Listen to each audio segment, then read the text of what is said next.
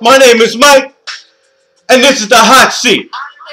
Your modern day warrior coming at you with facts and truths.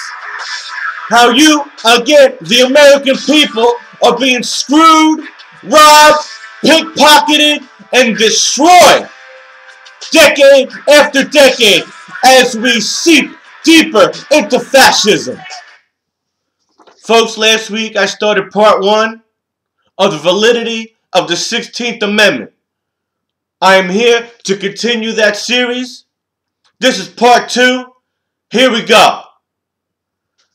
Over the years, the question of the legality of taxation has been on the lips of many Americans. Or that even also includes IRS agents themselves. Several IRS agents have questioned the tax laws, the laws, so-called laws, that they have to enforce, invading people's homes, stripping people of their bank accounts, property, rights, and many of them have resigned because they've been living a lie. Congress and the IRS refuse to answer the American people on the legality of the federal income tax that we are all strong-armed into paying. In 1993, Slick Willie, Bill Clinton, stated that we cannot be so fixated on our desire to preserve the rights of ordinary Americans. Then what the hell are you here for? That's what the Constitution is supposed to do, and that's what Congress is supposed to do. Preserve and protect the rights of ordinary citizens. But they don't. Income, as defined by the Constitution of these United States, is corporate gains or income or profits. Wages of an individual's labor is an exchange for money per labor given. It is private property. 1914, Coppage versus the state of Kansas. There are so many cases on the dockets where the Supreme Court ruled that wages are not income, that paying taxes are voluntary compliances. The definition of voluntary is of one's own free will.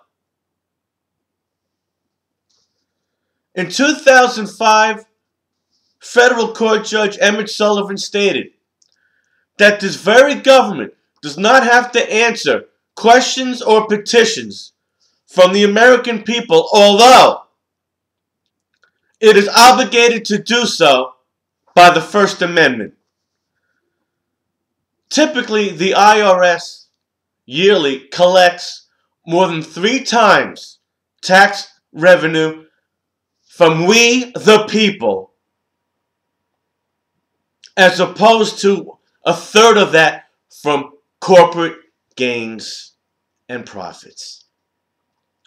Folks, if you don't think that there's something wrong with that, you're on drugs. Not one tax lien has ever been brought to a legal court. Not once have they capitulated to due process guaranteed to you by the 4th Amendment. Filling out a 1040 form can be a violation of your 5th Amendment self-recrimination rights, because if you misrepresent or you make mistakes, you could have property seized and you could be thrown in jail.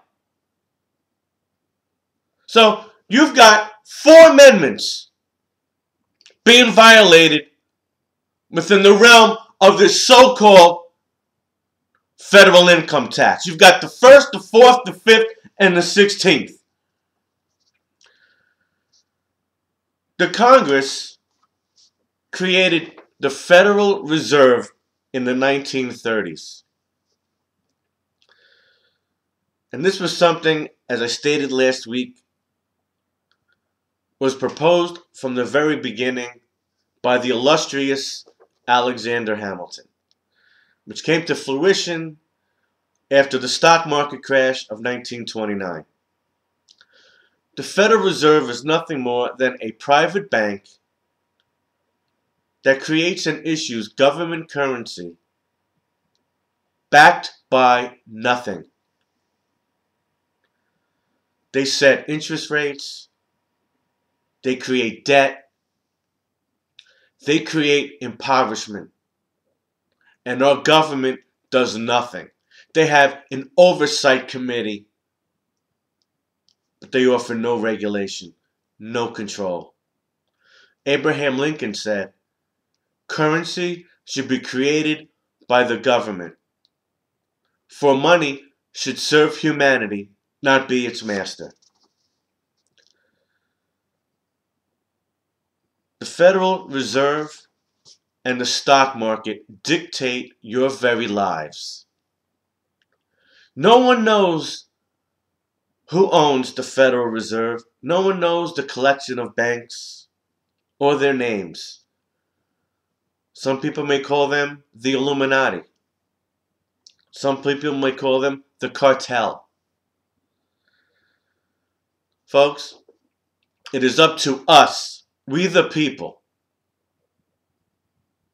to stop this tax fraud.